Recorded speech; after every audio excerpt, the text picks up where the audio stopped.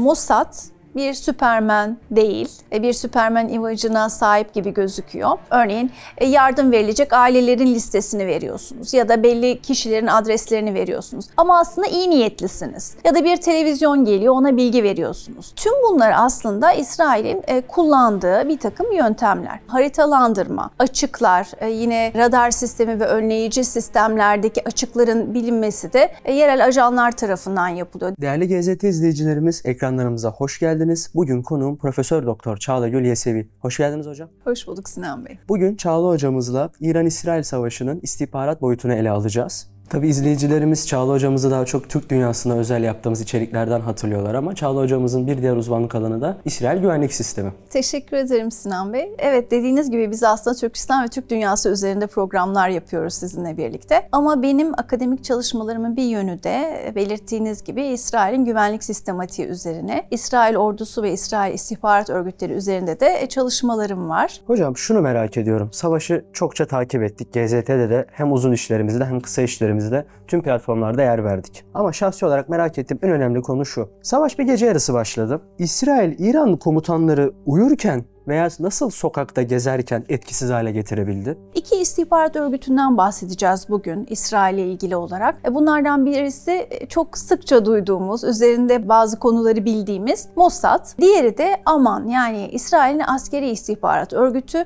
Bunda da özellikle sinyal istihbaratını yapan birim 82.0 ya da birim 8200 olarak adlandırılan sinyal istihbarını gerçekleştiren kurumsallaşmış bir alandan bahsediyoruz. Bir kurumdan bahsediyoruz yine içerisinde. Tabii İsrail istihbarat örgütleri 3 tane. Bunlardan biri Mossad, dış haber alma örgütü olarak çalışıyor. Aman, İsrail ordusuna bağlı. Yine Şabak ya da Shin Bet olarak yeni ismiyle adlandırılan İç İstihbarat Örgütü var. İran'la ilgili konularımız aslında özellikle biz Mossad'dan bahsettik. Yine Aman'ın bu bahsetmiş olduğum bir birimi var. Sinyal istihbaratından sorumlu olan. Bu ikisinden söz ediyoruz. Aslında İran bu konuyla ilgili bilgileri çok önceden almaya başladı. Bunlardan bir tanesi aslında 7 Ekim bizim için önemli bir milat ama özellikle istihbarat savaşları açısından, İran'ın içerisindeki operasyonlar açısından biz Muhsin Farizade suikastinin üzerinde durmamız gerekiyor. Bu da şöyle bir şey, İran'ın toprakların içerisinde gerçekleştirilen nokta atışı yine ve uzaktan kumandalı bir tüfeğin kullanıldığı bir suikast bu. Şimdi bundan sonrasında, yani 2020 yılında gerçekleşen bu suikastin ardından 2022'de ve 2023'te İran'ın aslında bu ağları İsrail'in İran içerisindeki operasyonlarından haberdar olduğunu, bununla ilgili önlemler almaya çalıştığını da görüyoruz. Bu konuda da belli sorunlar olduğunu görüyoruz. Sizin bahsetmiş olduğunuz, yani bu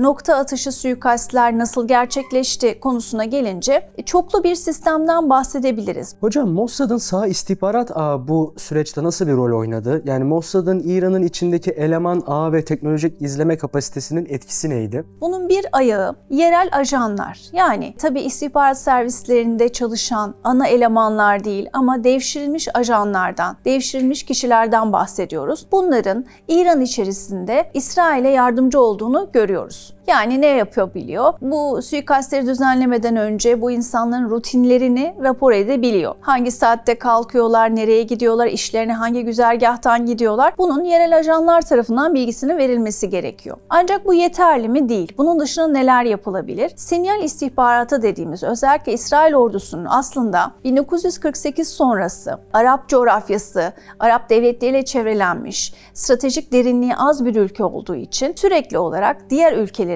komşu Arap ülkelerinin telefonlarını dinleme, radyo sinyallerini dinleme konusunda uzmanlaştığını biliyoruz. Yine bu da, yani mesajlaşmaların, konuşmaların sinyal istihbaratıyla çözümlenmesi, bunların dinlenmesi bunun bir ayağı. Yine tesisler bazında bakarsak aslında drone görüntüleri, uydu görüntüleriyle aslında bunun bir anlamda çözümlendiğini de söyleyebiliriz. Uzun erimli bir aslında operasyondan bahsediyoruz. Ülke içerisinde bir konuşlanma yapılanma var. Şimdi burada da tabii bir parantez içinde şunu da ifade etmem gerekiyor. Hani İran'ın içerisinde çok fazla sayıda hain mi var? İran devleti bunu neden çözümleyemedi? Bunu aslında biz Gazze'nin içerisinde de daha önce şahit olmuştuk. Örneğin 7 Ekim öncesinden bahsediyorum. Gazze'de yaşıyorsunuz. Bir insani yardım kuruluşu geliyor. Siz ona yardımcı olduğunuzu düşünüyorsunuz. Belli bilgileri paylaşıyorsunuz. Örneğin yardım verilecek ailelerin listesini veriyorsunuz ya da belli kişilerin adreslerini veriyorsunuz. Ama aslında iyi niyetlisiniz. Ya da bir televizyon geliyor, ona bilgi veriyorsunuz. Tüm bunlar aslında İsrail'in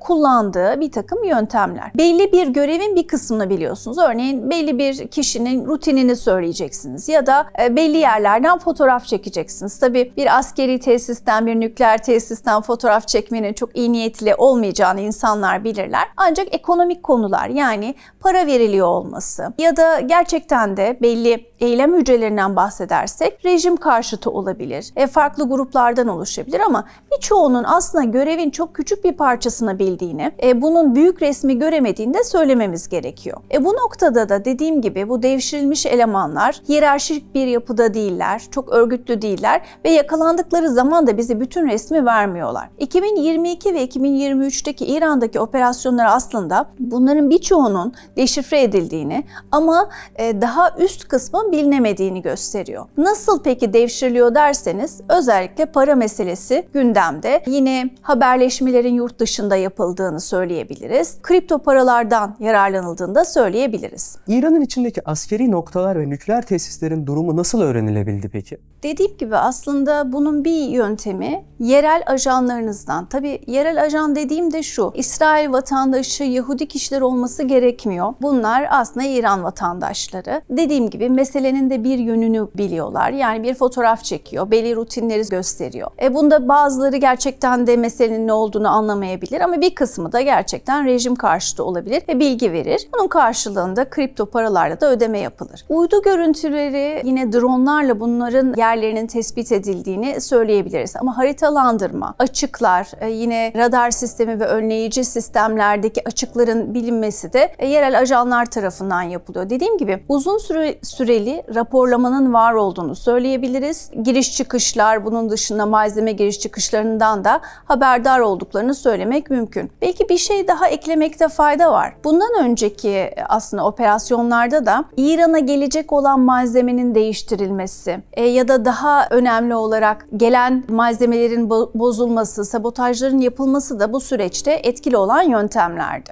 Hocam, uzun süren bir savaştan bahsettik. Peki bu savaş sonucunda İran'ın içinde yaşayan Türk nüfus bu saldırılardan etkilendi mi? Şöyle söyleyebilirim, İran'da yaşayan Türklerden bahsediyoruz, Belucilerden bahsediyoruz, Kürtlerden bahsediyoruz. Farklı etnik gruplar var. Öncelikle şunu söyleyerek başlamak lazım. Bu gruplar, özellikle Türklerden bahsediyorsak, devletlerine bağlı olduklarını, İran devletini sevdiklerini söylememiz gerekiyor. Bazen şu şekilde konular oldu, özellikle Netanyahu'nun açıklamalarından bir rejim değişikliği. Rejimin aslında insanları gerçek anlamda temsil etmediği, çok ciddi sorunlar olduğunu, sosyal ve ekonomik sorunlar olduğunu belirtmişti ve bir rejim değişikliğini arzu ettiğini söylemişti. Tabii ki bu rejim değişikliğini gerçekleştirecek olan özellikle azınlıklara bakılırdı. Şimdi bu topraklar kadim Türk toprağı ve şu anda İran devletinin sınırları içerisinde. Bu ülkedeki Türkler de devletlerini seviyorlar ve bağlılar. Bu süreç bize şunu gösterdi aslında. Bir ayaklanma beklenen, sorun çıkarması beklenen grupların böyle bir sorun çıkartmadıklarını, devletlerine bağlılıklarını aslında bir kez daha ifade etmeleri şeklinde bizim gözümüzün önüne geldi. Şunu söylemek de gerekiyor. Burada en önemli sorun Türklerden gelmedi. Türkiye'nin de sorun yaşamış olduğu PKK iltisaklı PEJAK grubundan geldi. Onların bir ayrılma isteğinden bahsedildi. Bu da bize aslında bir terör örgütünün kesinlikle savunulmaması ve desteklenmemesi gerektiğini gösterdi. Bu noktada şu olabilir. Tabii ki kimler bu bilgileri veriyor? Devşirilmiş ajanlar arasında bu gruplardan, farklı etnik gruplardan insan var mı? Bunlarla ilgili tabii ki İran devleti de kendi içerisinde denetimlerini arttıracaktır. olabilir. Bu daha ileriki dönemlerde bir huzursuzluk yaratabilir. Ancak süreç içerisinde gördüğümüz bu azınlık değil, aslında onlar İran'ın devlet vatandaşları. Kendi haklarını da savunan gruplar. Bu noktada bir sıkıntının olmadığını görüyoruz. Ancak bu olmayacak demek değil. Bu tür grupların hem İsrail tarafından hem başka ülkeler tarafından kullanılabilecek olduklarını, bunun bir sorun olarak aslında İran devletinin içinde var olduğunu göstermeye çalışacakları anlaşılıyor. Ancak bu süreçte 12 günlük savaş sürecinde gördüğümüz bu anlamda ciddi bir sorunun gerçekleşmemiş olması ve yine şunu da ifade etmek lazım. Tebriz'in de saldırıya uğradığı ve Türk nüfusun yoğun olarak yaşadığı bir şehir olduğu. Bu da aslında İran'ın parçalanması açısından orada yaşayan Türklerin bu anlamda bir dahli olmayacağını da gösteren bir başka açıklama olabilir. Hocam, Mossad'ın İran'a patlayıcı SİHA'lar soktuğu ve Tahran'ın yakınlarında gizli bir İHA üssü kurduğu iddia edildi. Bununla alakalı da bazı görüntüler zaten servis edilmişti. Sizce bu operasyonlar istihbaratın lojistiği açısından nasıl planlanmış olabilir? Bir üst akıl olduğu anlaşılıyor. Çünkü benzer bir konuyu biz Ukrayna'nın bir operasyonunda Rusya'ya bu tür silahların sokulması bazında görmüştük. Aynı konu çok kısa bir süre sonra İsrail'in gerçekleştirdiği bu operasyonda da, bu savaş esnasında da gözüktü.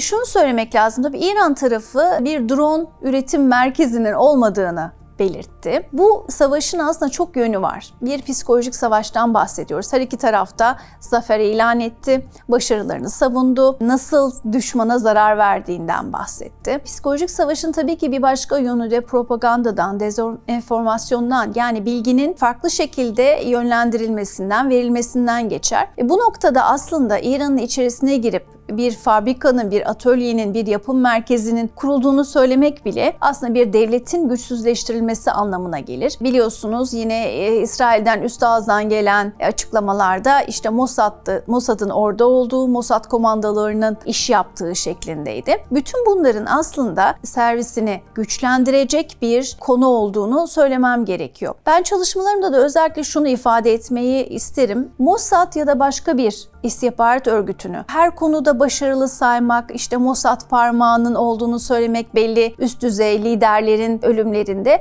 aslında o istihbarat örgütünü de güçlendiren ve bu noktada da İsrail devletinin konumunu güçlendiren, sanki her şeyin muktedir bir örgütle karşı karşıyaymışız hissini verdiğini söylemek gerekiyor. Tabii bu çok net değil. Yani bize verilen bilgiler ışığında biz bir üretim merkezinin olduğundan bahsediyoruz. Yani bunun nasıl gittiğini, aslında çok küçük parçaların gidip orada monte edildiğinden de bahsediliyor. Her ne olursa olsun buradaki ana sorun karşı istihbaratın ve önleyici güvenlik tedbirlerinin alınamamış olması. Bunun da çok ciddi bir zaaf olduğunu söylemek gerekiyor. Yine bir konu daha var. Uluslararası medyanın da Mossad'ın imajını çok uzun yıllardan beri parlattığını söylememiz gerekiyor. Bu noktada da Mossad'ın operasyonuyla ilgili çok daha fazla bilgimiz var. Çünkü bunun yayılmasını istiyorlar. Bunun piyasaya sürülmesini istiyorlar. Ama İran tarafı ile ilgili daha az bilgimiz olduğunu da söylememiz gerekiyor. Hocam, Mossad'ın İran içinde gizli bir iletişim ağı kurduğu söyleniyordu. Sizce bu iletişim ağları nasıl ifşa olmamaktan kurtuldu?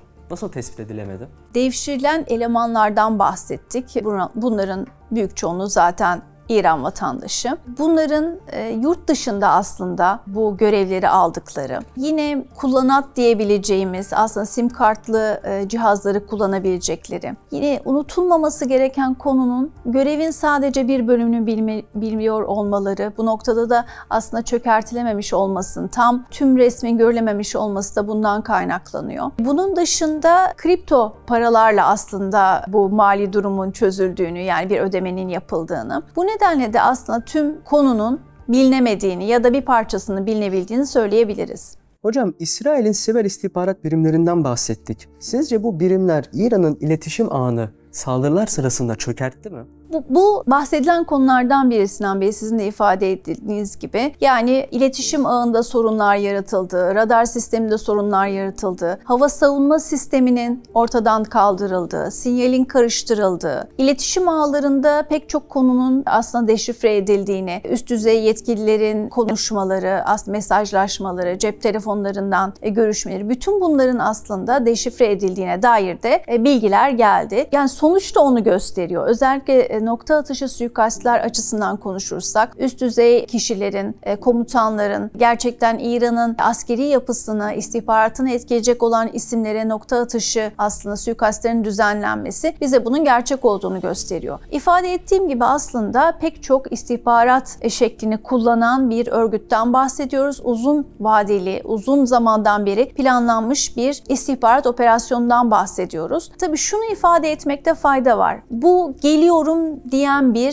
savaştı, geliyorum diyen bir çatışmaydı. 2018 yılında da İran'daki Tahran'da bir depodan belli bilgilerin çalındığını biliyoruz. İran açısından gerçekten üzüntü verici bir konu. Bunun dışında hatırlayacak olursanız 2010 yılında İran'ın nükleer tesislerine ciddi sorunlar yaratabilecek olan siber saldırılar olmuştu. Bunlardan bir tanesi Stuxnet virüsüydü. Yani bu virüs de uzun zaman saklı kalabiliyordu. Aygıtları bozuyordu ama siz bunun bozulduğunu fark etmiyordunuz. Bu da nükleer programın ciddi anlamda geciktirilmesine neden olmuştu. Yine 2021 yılında yine Natanz'da bu anlamda siber saldırılar düzenlendi. Karşı koyabilmek için gerekli olan aslında önlemlerin alınamadığı görülüyor. Bunun için uğraşılmış ancak yeni yöntemler ortaya çıkıyor. Şimdi biz bugün konuştuğumuz konu bilgi veriyoruz ama şu anda bile yeni yöntemlerin ortaya çıktığını söyleyebiliriz. Bunlardan bir tanesi evet teknoloji çok gelişti. Bugün yapay zekadan bahsediyoruz. Yapay zeka aslında belli projeleri, planları ortaya çıkartıyor. Yani rutinlerinizi ortaya çıkartıyor. O sistemin nasıl çalıştığını önünüze koyuyor ve bunları nasıl bozabileceğiniz, nasıl sabote edebileceğinizi de ortaya koyan sistemler var. Yani gelişen bir teknolojiyle İsrail'in de bunun tam anlamıyla kullandığını görüyoruz. Hocam iki taraf arasındaki savaş bitti. Şu anda bir çatışmasızlık durumu var. Ancak savaştan sonraki aksiyonların devam ettiğini görüyoruz. Özellikle İran tarafında savaştan sonra neden çok sayıda Afgan sınır dışı edildi ve bu sınır dışı edilenler nereye gönderildi? Şimdi İran tabii ki ülke içerisinde sorunları çözmeye çalışacaktır. Bu biraz önce ifade ettiğiniz farklı etnik gruplarla ilgili de olabilir. Yani bir güven tesisi gerekiyor. Sosyoekonomik sorunların çözülmesi gerekiyor. Bir de bu güvenlik açığını nasıl verdiğinizin araştırmasının yapılması gerekiyor. Bu anlamda da ülkede yaşayan çok sayıda Afgan'ın aslında bu savaştan, 12 gün savaşından önce de ülke dışına çıkartılmaya başlandığını ifade etmem gerekiyor. Yani hemen bu savaş oldu da Afganlar sınır dışı edilmiyorlar. Bu anlamda görüşmelerin olduğunu da söyleyebiliriz. Tabii yeni Afgan yönetimiyle de belli sorunlar var. Bu anlamda her şey süt liman değil. Bunun tabii suyla ilgili konular var. Dediğim gibi İran'ın sosyoekonomik konuları var. Bu noktada da aslında Afganlar belli ekonomik yükler de getirebilirler. Güvenlikle ilgili sorunları da getirebilirler. 2024 itibariyle aslında bir sınır dışı edilme ve Afganistan'a geri göndermenin var olduğunu söyleyebiliriz. Tabii bu 12 gün savaşının bir sonucu olarak tam olarak değerlendirilemez. Ancak İran'ın kendi içerisinde sorunları çözmesi, biliyorsunuz 40 yıldan fazla bir süredir ambargolarla baş etmek zorunda olan bir ülke. Ciddi anlamda varlıksal tehdit görüyor. Yani güvenlik tehdidi. Hem İsrail-İran ilişkilerinde her iki devletin birbirini varlıksal tehdit olarak gördüğünü biliyoruz. Bu noktada da aslında iç cepheyi güçlendirmeniz gerekir. Bu nedenlerle yani sadece İsrail ile ilgili değil bir karar alındığını söyleyebiliriz. Eklemek istediğiniz bir şey var mı hocam? Mossad bir Süpermen değil, bir Süpermen imajına sahip gibi gözüküyor. Bu uluslararası medyanın da desteğiyle oluyor çünkü her şeye muktedir bir örgütmüş gibi aslında sunuluyor. Ancak pek çok sorunu da olan bir örgüt. Ancak bu sunumların neticesinde, var olan bu imajın neticesinde İsrail devlet imajını da güçlendirdiğini söyleyebiliriz. Değerli GZT izleyicilerimiz, programımız bitti. Konuğum Profesör Doktor Çağla Yesevi ile son İran-İsrail çatışmalarının istihbarat boyutunu ele aldık. Çok teşekkür ederim hocam aktardıklarınız için. Ben teşekkür ederim. Sonraki içeriklerde görüşmek üzere, hoşça kalın.